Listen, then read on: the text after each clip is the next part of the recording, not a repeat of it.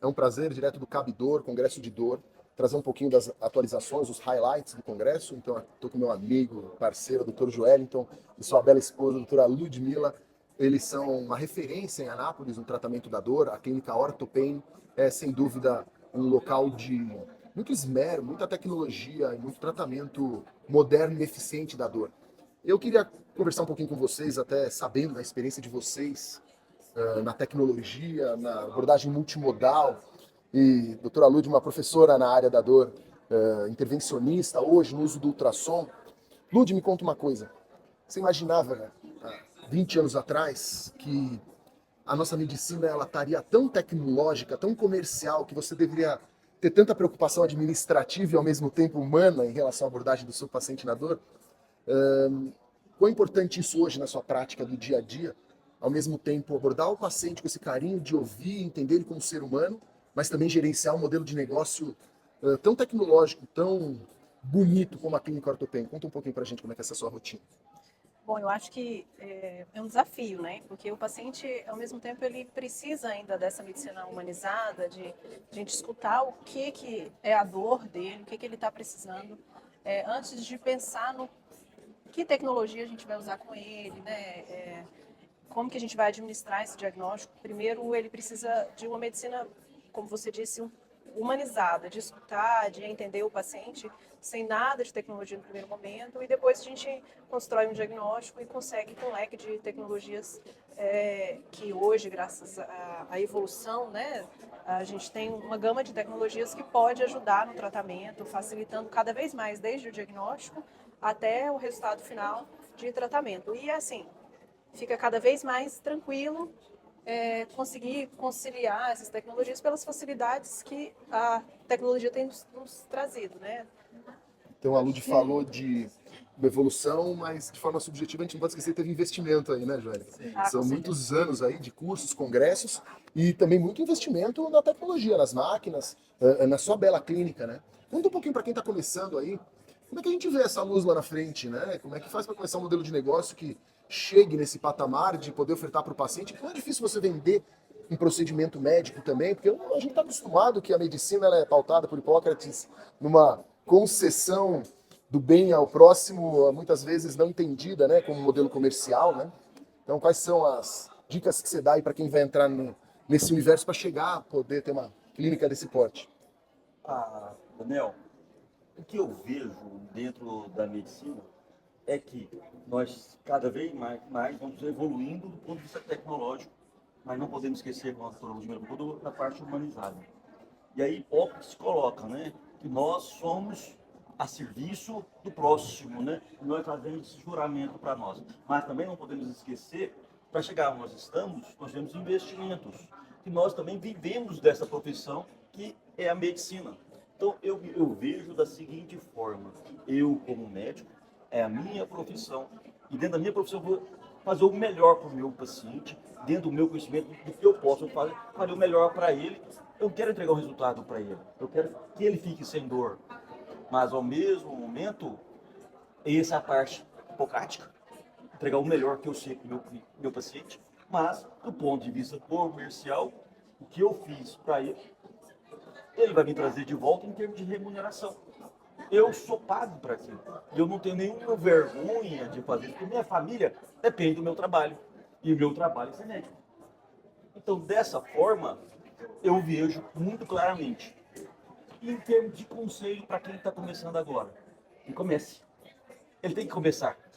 Ou ele vai começar com 3 ou 4 aparelhos, ou ele vai começar sem aparelho.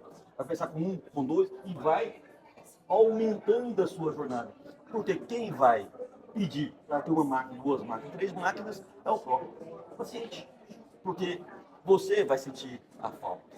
E você vai entregar melhor. E cada vez mais o paciente vai se inteirando disso e ele vai te buscar na solução, porque ele já fez outros tratamentos até chegar em você.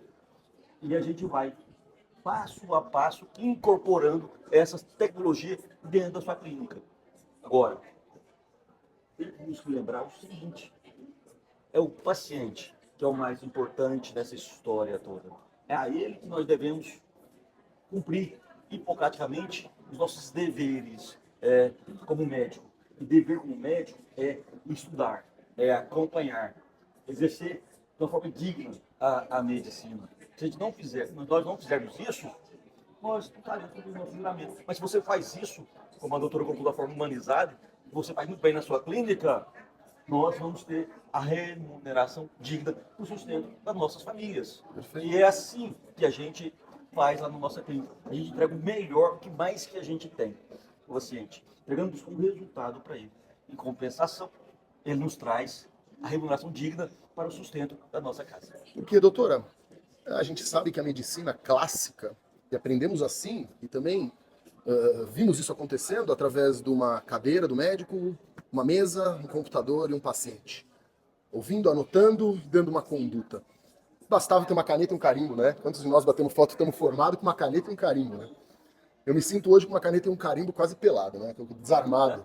Ausente de recursos que para mim hoje torna a minha medicina viável e muito mais satisfatória. E aí eu lhe pergunto, qual a importância hoje, por exemplo, do ultrassom, né? Coisa que absolutamente não tivemos nenhuma formação, né? A não ser na obstetrícia vimos acontecendo, mas dentro da dor musculoesquelética e da ortopedia, não me lembro se na minha formação eu tive alguma oportunidade, mas nós que estamos sempre olhando lá na frente, há alguns anos, né? Quase uns 10 anos que estamos estudando, treinando, investindo, e acredito que nenhum de nós hoje se vê sem a sonografia, né? Sem a visão ultrassonográfica da patologia do nosso paciente, e não é só da lesão, né? Como um todo, a gente avalia o contexto muscular, a sarcopenia, a característica da degeneração até antes do sintoma acontecer, né? E aí as pessoas em outras situações, quer seja na vaidade feminina, ou no fitness, ou na dieta, ou na nutrição, tem investimentos fantásticos hoje em dia. Quem não investe, né? Você investe na sua estética, você investe na sua nutrição, no seu condicionamento físico, mas investir na medicina parece algo um pouco mais estranho, né? Por que é estranho, né? Como é que a gente não vai dar acesso melhor do que aquela medicina cartesiana convencional que os convênios ou que alguns sistemas de saúde obriguem a gente a fazer, né? Só receita de remédio, fisioterapia E aí, Ludi, como é que a gente pode falar para os nossos pacientes que a medicina mudou, né? Acho que eu não me sentiria confortável passando hoje numa consulta ortopédica da dor e que o médico não fizesse eventualmente uma análise ultrassonográfica, um excelente exame físico de forma global e, quiçá, quando muito melhor, uma análise termográfica, né? Então, a termografia, a análise da temperatura corporal, como é importante isso no seu dia a dia? Como você pode mostrar para o paciente de forma muito simpática e singela que a medicina é muito mais do que ele está vendo lá fora e que ele vai poder pagar para ter um resultado muito melhor. Assim, sem dúvida são tecnologias fantásticas, né, que só tem a agregar ao nosso atendimento. E assim, quando o paciente chega até nós que tratamos, fazemos intervenção em dor, é um paciente que ele já passou por inúmeros atendimentos, já passou por essa medicina clássica do carimbo e a caneta, já lhe foram prescritos tudo da medicina tradicional, medicação, já tentou uma reabilitação. E a tecnologia, no caso, a ultrassom e a termografia, como você bem descreveu, que são duas tecnologias que empregamos na avaliação durante a consulta, né, para melhor fazer ali um diagnóstico do paciente, é essencial e mostra para o paciente a diferença da sua avaliação naquele momento. Mostra o quão a medicina está evoluindo e nós estamos conseguindo ver além do que o paciente nos conta. Porque a dor, muitas vezes ela não dá sinais, ela não tem algo que mostre que ela está ali presente. E a termografia, por exemplo, é um exame que, às vezes, ele ajuda o paciente a ser acreditado, porque ele mostra o que o paciente está descrevendo, o que está sentindo. A ultrassom, ela traz para a gente uma eficácia nos nossos tratamentos, desde o diagnóstico até a aplicação das nossas terapias. Ela vai fazer com que nós atinjamos o alvo, colocamos a medicação onde é preciso, que vejamos claramente onde nós estamos atuando, qual é a dimensão daquela lesão que nós estamos tratando no momento desse tratamento.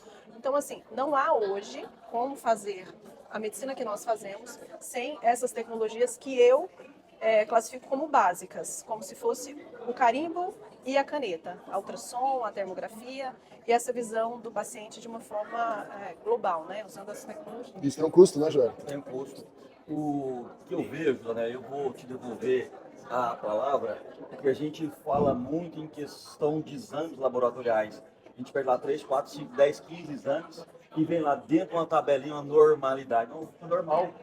E aí, as pessoas esquecem de ver que esses exames normais, dentro daquela faixa de normalidade, estão provocando um processo de inflamação, estão vendo uma inflamação subclínica, uma meta-inflamação, que isso é muito importante no nosso tratamento. A gente tem que reaprender a analisar exames.